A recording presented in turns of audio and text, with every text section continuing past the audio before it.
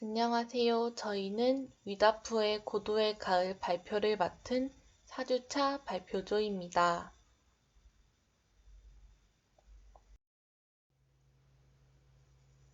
저희의 발표는 작가 소개, 문학 창작 단계별 특색, 시대적 배경, 작품에 대한 해석과 감상, 본문 구조로 이루어져 있습니다.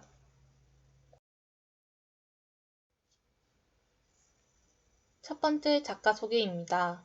위다프는 본명이 위원으로 청말 1896년 저장성에서 태어났습니다. 그 후 1913년 17살의 나이로 형 위화와 함께 일본으로 유학을 떠납니다. 이후 중국으로 돌아오기 전까지 의학, 정치학, 경제학을 배우며 동시에 소설을 창작했습니다. 유학 당시 위다프는 중국의 최초 현대문학을 창작해낸 루숀과 마찬가지로 일본 유학 도중 외국의 여러 소설을 접하게 됩니다. 또한 1921년 권 무러, 청방우, 장즈핑 등 중국인 유학생들과 함께 문예사단 창조사를 창단하는데 이후 창조사는 이 시기 낭만주의를 대표하는 문예사단이 됩니다. 그리고 이때부터 소설을 본격적으로 쓰기 시작해 같은 해 10월에 첫 단편소설집 침륜을 발표합니다. 이듬해인 1922년에 귀국해 중국에서 수많은 발자취를 보였는데요. 그 중에 주목해볼 만한 점은 문학단체 태양사에 가입해 루숀의 지지하에 대중문예의 주석을 달았다는 것입니다. 위다프는 유학 시절까지 낭만주의 문학인이었으나 귀국 후 현실주의로 전향해 루숀의 지지를 받으며 활동했고 죽을 때까지 낭만주의로 돌아가지 않았다고 합니다. 또한 1938년 항일전쟁이 발발하자 국내외를 막론하고 항일 구국선전을 했습니다. 그러다 1945년 일본이 2차 세계대전에서 패망하지만 일본군의 계속되는 행패에 숨무진했던 위다프는 인도네시아 수마트라 섬에서 일본군 패잔병에 의해 사망하게 됩니다. 주요 작품으로는 침륜, 봄바람에 취하는 밤, 지게화 등이 있으며 그의 작품들은 구사회의 죄악폭로, 봉건사회에 대한 과감한 도전으로 상당한 긍정적 의의를 지니지만 퇴폐적 정서를 띠고 있다는 평가를 받습니다. 또한 그의 산문은 여행기로 유명한데 전경이 고차하고 문필이 아름다워 풍경과 글이 하나가 된다고 합니다.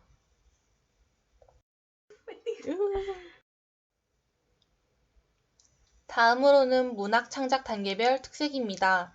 초기는 1920년부터 1933년으로 10여 년의 시간 동안 침륜, 은색빛의 죽음을 포함한 26편의 서정적 산문과 60, 70편의 잡문이 창작됐습니다. 이 시기에 그는 일본에서 귀국할 때 품은 희망 가득한 심정과 파괴된 조국을 마주한 후에 끝없는 낙담과 한탄을 표현했습니다. 때문에 그는 이미 혁명의 전망에 대해 비관적인 생각을 지녔을 뿐만 아니라 혁명에 대해 격앙된 열정과 매우 급진적인 이론을 지녔습니다. 중기는 1933년부터 1938년으로 이 시기는 위다프의 사상의 침체기입니다. 국민당의 백색 테러로 인해 그는 소극적인 현실 도피의 길로 들어서는데 이는 일종의 낙후된 선비의 태도로 삼림 강호를 배회하게 됩니다. 이는 위다프가 봉건적 옛 진영에서 나온 소부르주아 지식분자의 약점인 연약성과 타협성을 지녔음을 충분히 드러냅니다. 그러나 우리는 그가 혐오하는 현실을 반드시 봐야 합니다. 더러운 것과 동률과 되지 않기 위한 도피의 일면이란 것이지요.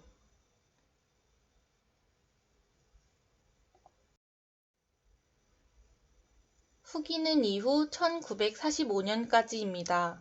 1938년 봄, 위다프는 정치부 제3청의 항일 선전 공작에 참가합니다.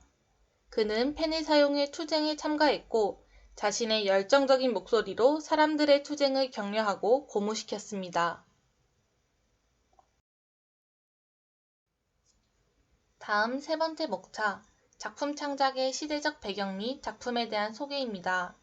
위다프는 좌익문예 활동을 하다 국민당의 백색 테러 위협으로 1933년에 상하이에서 항저우로 이사를 갑니다. 그리고 거처를 옮긴 후 약 3년간 한가로운 시간을 보내며 여행기 산문을 썼는데 그중 1934년 7월에 항저우에서 베이핑으로 간 경험이 고도의 가을로 창작됩니다.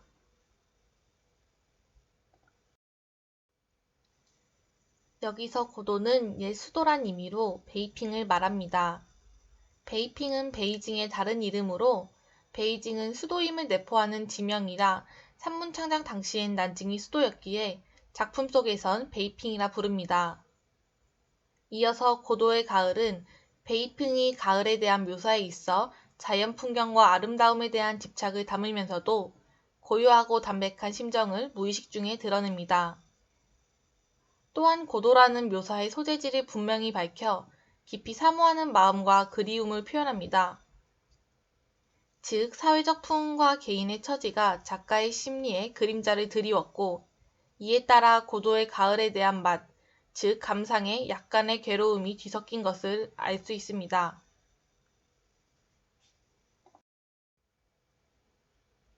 그럼 이제부터 산문 해석에 들어가겠습니다. 이 작품에서는 치우자에 대한 묘사를 확고히 하니 작품을 감상하면서 느껴보시기 바랍니다.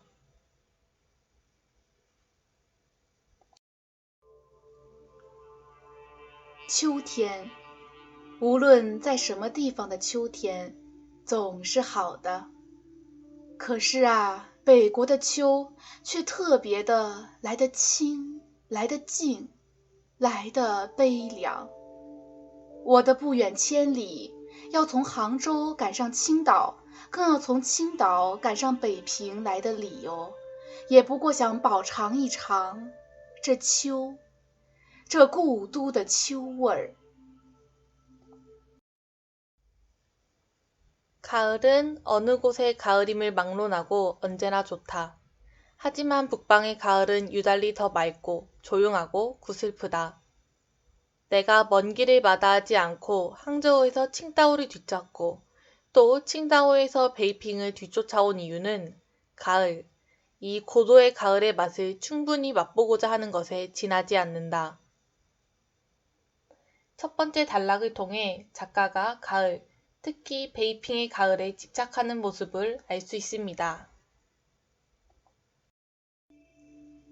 江南，秋当然也是有的，但草木凋得慢，空气来得润，天的颜色显得淡，并且又时常多雨而少风。一个人家在苏州、上海、杭州或厦门、香港、广州的市民中间，浑浑沌沌地过去，只能感到一点点清凉。秋的味儿，秋的色，秋的意境与姿态，总看不饱，尝不透，赏玩不到十足。秋并不是名花，也并不是美酒，那一种半开半醉的状态，在领略秋的过程上是不合适的。 강남의 가을도 물론 그러하다. 그러나 초목은 천천히 지고 공기는 습하게 불어오며 하늘의 색이 옅다. 게다가 항상 많은 비가 내리고 바람이 적게 분다.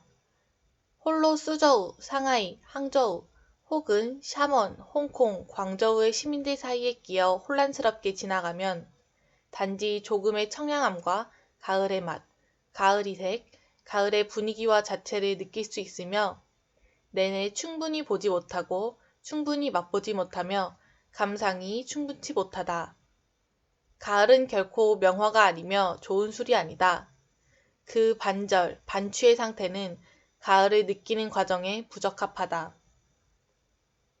여기서 작가는 남방의 가을은 북방의 가을보다 부족하다 생각하며 이를 반절, 반취란 단어로 표현하고 있습니다. 不逢北国之秋，已将近10余年了。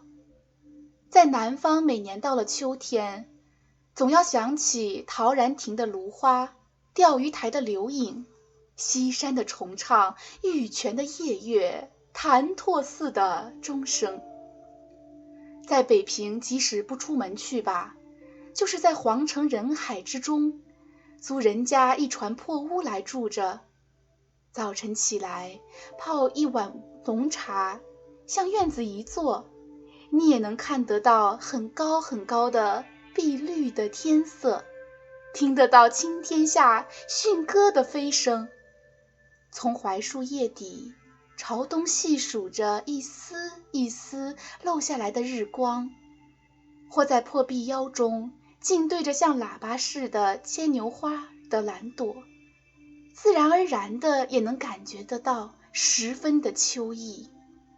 说到了牵牛花，我以为以蓝色或白色者为佳，紫黑色次之，淡红色最下，最好还要在牵牛花底交长着几根疏疏落落的尖细且长的秋草，使作陪衬。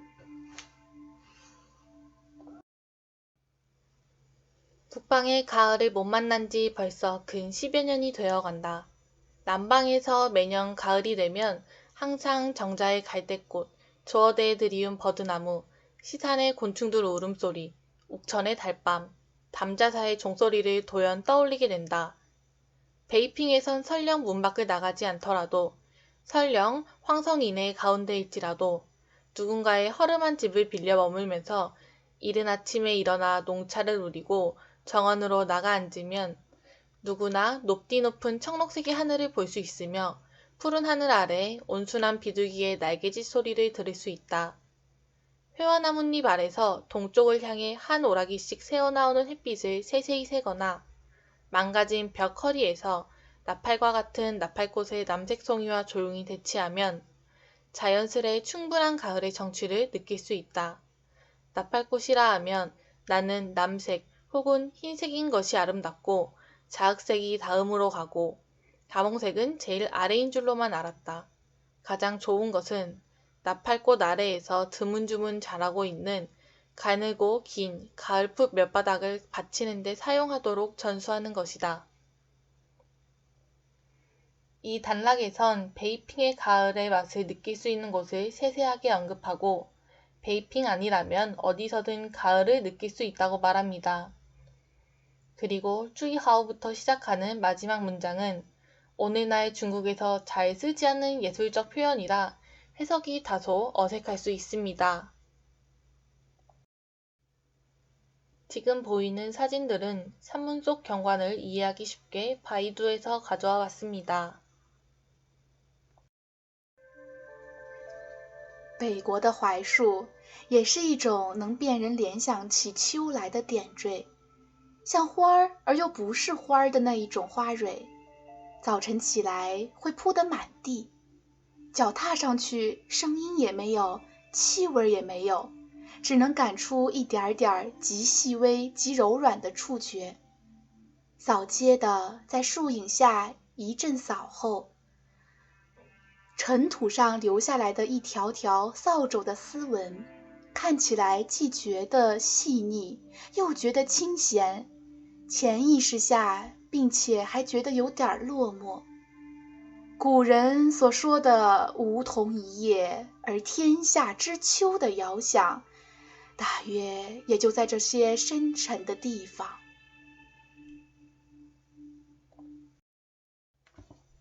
북방의 회화나무도 사람들에게 가을이 오는 것을 연상시키는 일종의 장치이다. 꽃 같지만 꽃이 아닌 그 떨어지는 꽃봉오리들이 이른 아침에 일어나면 도처에 깔려 있을 것이다. 발을 딛고 오르면 소리도 냄새도 없다. 단지 극히 미세하고 부드러운 촉감만 조금 느낄 수 있을 뿐이다. 거리를 청소하는 사람이 나무 그림자 아래를 한 차례 쓸고 난 후 먼지 위 남아있는 갈기갈기 빗자루의 명주실무늬. 보아하니 섬세함이 느껴질 뿐만 아니라 한적함이 느껴지고 무의식하에서 동시에 쓸쓸함이 느껴진다. 옛 사람들이 말하는 떨어진 오동나무 한 잎으로 천하가 가을이 다가옴을 안다는 회상은 아마도 꽤 이러한 기쁜 부분일 것이다. 중국 북방에서 가장 흔하게 볼 수 있는 회화나무를 통해 가을을 느끼는 모습과 미화원들이 남긴 명주실 무늬에서 가을의 섬세함과 여유로움이 느껴집니다. 여기서 참고할 만한 성어로 이예로즈 텐시아 치우는 오동나무 잎이 떨어지는 것을 통해 가을이 옴을 알 수 있다는 의미입니다. 또한 마지막 문장 아마도 꽤 이러한 깊은 부분일 것이다는 평소엔 모르다가 예술적 시각으로 깨닫는 것을 의미합니다. 秋蝉的衰弱的残声，更是北国的特产，因为北平处处全长着树，屋子又低，所以无论在什么地方，都听得见它们的啼唱。在南方，是非要上郊外或山上去才听得到的。这秋蝉的嘶叫，在北方可和蟋蟀、耗子一样，简直像是家家户户都养在家里的家虫。 가을 매미의 쇠약한 잔소리는 더군다나 북방의 특산물이다. 베이핑 도처가 모두 자라나는 수목이며 집 또한 낮기 때문에 어느 장소임을 막론하고 모두 그들의 울음소리를 들을 수 있다. 남방에선 꼭 교회나 산을 올라야 비로소 들을 수 있다. 이 가을 매미의 울음소리가 북방에서는 귀뚜라미와 쥐처럼 그야말로 가가호호 모두 기르는 집벌레와 같다.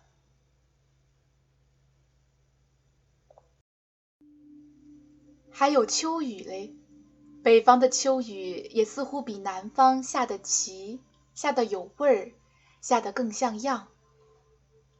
그리고 가을비는 북방의 가을비가 남방의 가을비보다도 특별하고 맛있게 내리며 그럴듯하게 내리는 것 같다. 在灰沉沉的天底下，忽而来一阵凉风，便稀里索落地下起雨来了。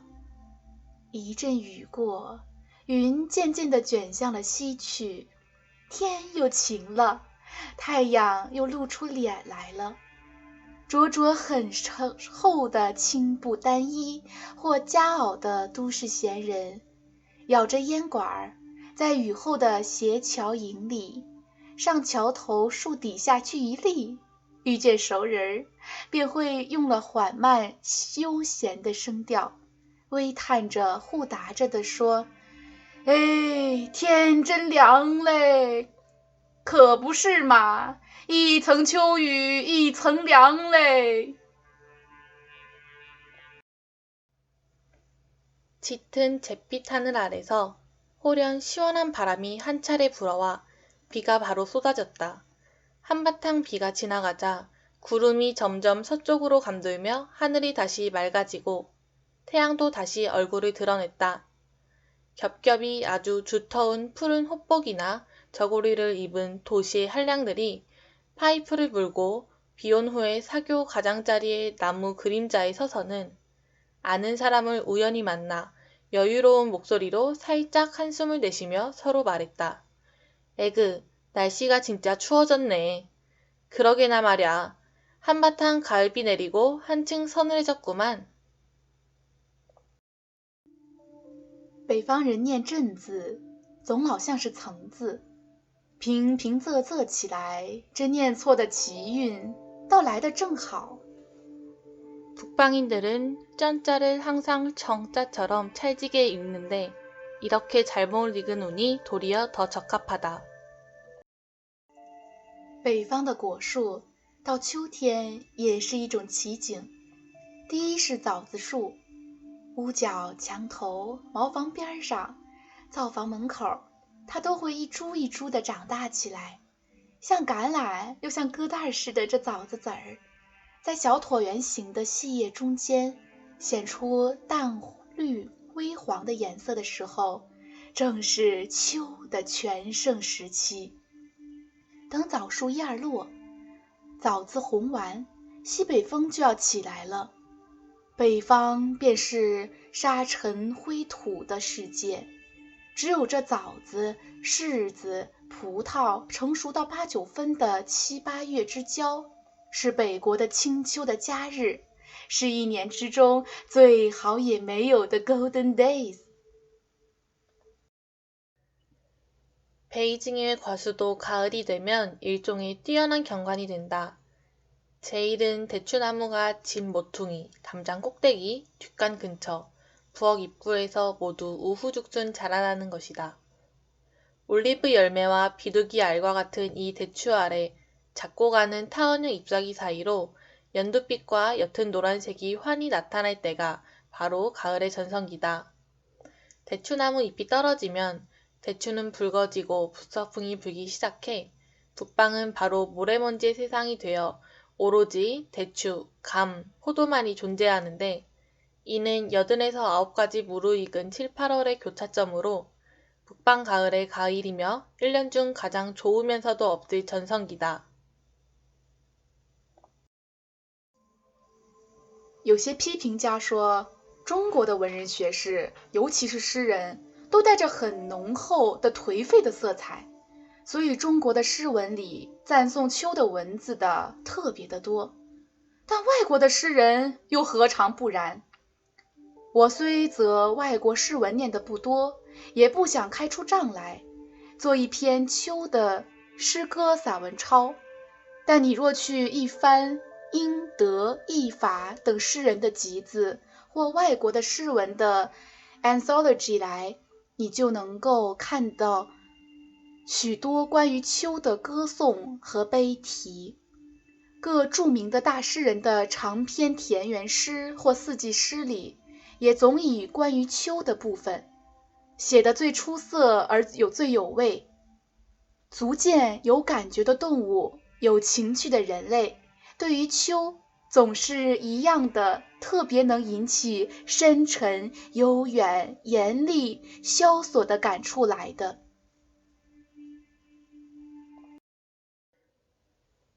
어떤 비평가는 중국의 문인학사, 특히 시인들이 매우 짙은 퇴폐적 색채를 띠고 있어 중국의 시문에는 가을을 찬양하는 글이 유달리 많다고 말한다. 그러나 외국의 시인들은 어째서 그렇지 않은가?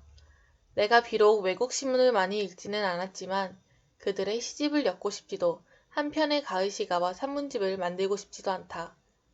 하지만 그대가 영국, 독일, 프랑스, 이탈리아 등 시인의 문집 혹은 각국 신문의 문집을 찾아보면 언제나 가을에 대한 칭송과 구슬픈 울음을 볼 수 있다. 여러 저명한 대시인들의 장편 전원시 혹은 사계시에도 늘 가을에 관한 부분이 나온다. 이는 가장 특출나고 가장 재밌게 쓰였으며 감각 있는 동물과 정취 있는 인간이 가을에 관하여 늘 유달리 심침, 심원, 준엄, 적막한 느낌을 불러일으킴을 알 수 있다. 여기에서 차오라는 글자는 중국에선 원래 잘 쓰지 않으나 작가가 일본에서 가져온 글자로 앞에 산원과 이어져 산문집이란 의미가 됩니다.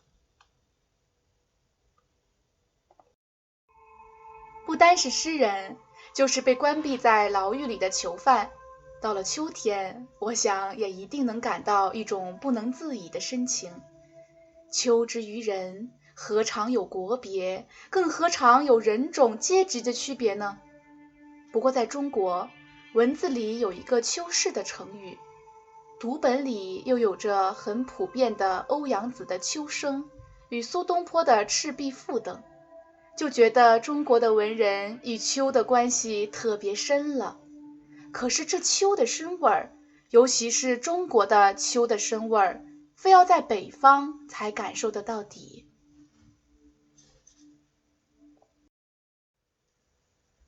시인에 그치지 않고 옥에 갇힌 죄수도 가을이 되면 분명 일종의 감정을 주체할 수 없는 깊은 감개를 느낄 수 있을 것이다. 가을은 사람에게 국가와 인종 계급별 구분이 없지 않은가. 그러나 중국의 글에는 추사란 성어가 있고 교과서 속엔 또 보편적으로 어우양지의 가을소리와 수동포의 적벽부 등이 존재해 중국의 문인과 가을의 관계가 특히 깊어졌다고 느껴진다.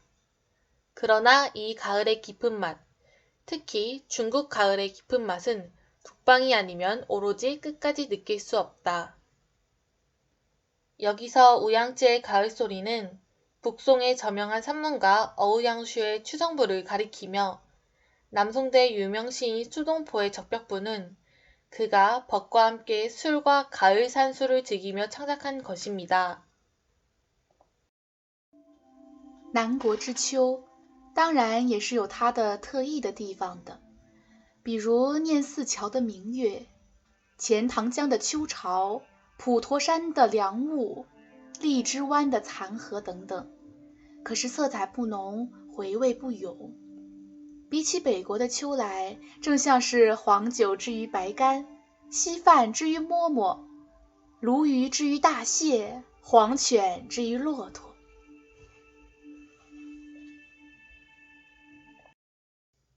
남방의 가을도 당연 그들의 우수한 부분이 있다. 예를 들어 감사교의 명월, 첸탕강의 물결, 푸터산의 서늘한 안개, 리치만의 지는 연꽃 등. 그러나 색채가 연하고 여운이 길지 않다. 북방의 가을과 비교해보면 마치 황주와 백주, 죽과 찐빵, 농어와 대게, 누런 게와 낙타 같다. 이 단락에선 앞서 북방의 가을 경관을 세세히 나열한 것처럼 남방의 가을 경관을 나열했습니다. 또한 북방과 남방의 가을을 대조적인 사물들로 비유해 북방 가을의 우수성을 다시 한번 드러냅니다. 다음 화면에 보이는 것은 앞서 말한 남방의 가을 경관입니다.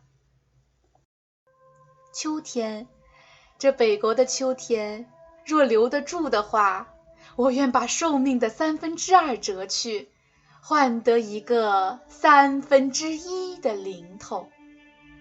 가을, 이 북방의 가을에 남을 수 있다면 나는 기꺼이 수명의 3분의 1을 꺾고 나머지 3분의 1로 바꿀 것이다.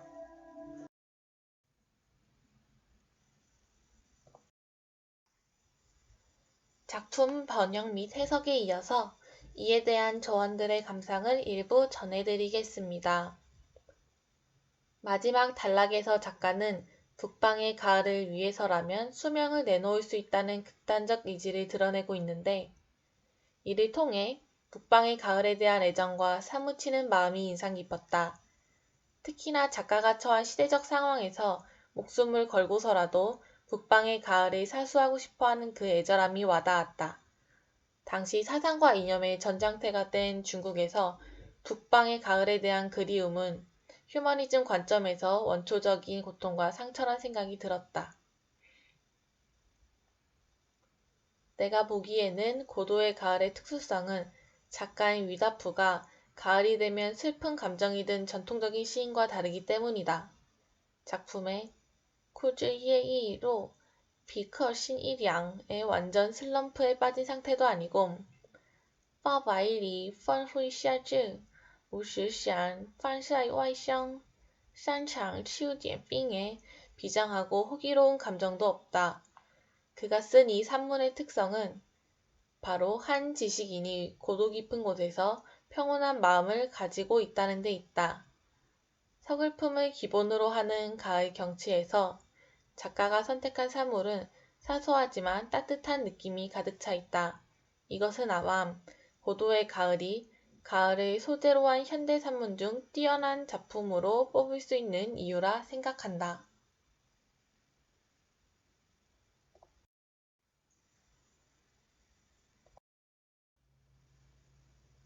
다음으로 문장 구조입니다. 글의 처음과 끝을 모두 북방의 가을과 남방의 가을을 대비시켜 북방의 가을에 대한 갈망을 나타내고 있습니다. 그리고 중간 부분에선 서술과 의론 두 측면에서 고도의 다채로운 가을 전경을 묘사하고 있습니다. 여기서 서술 부분은 병렬 구조로 되어 있는데 맑음, 고요함, 처량함 이 세 가지 차원에서 고도의 자연 풍경을 하나하나 묘사하고 5가지 전경을 제시합니다. 이엔 아침의 정관, 떨어진 꽃의 청소, 가을 매미의 잔울음, 도시의 한량들, 아름다운 태양과 가을 나무들이 있습니다. 이어서 이론 부분에선 비유의 관점에서 자연의 가을, 특히나 북방의 가을을 찬송합니다. 이러한 문장 구조로 이뤄져 고도의 가을은 전체적으로 처음과 끝이 호응해 되돌아오고 중간은 앞서 말한 것들로 충분한 내용 전개가 이어져 문장 표현이 무르르듯 깔끔합니다. 네, 이상으로 발표를 마치겠습니다. 감사합니다.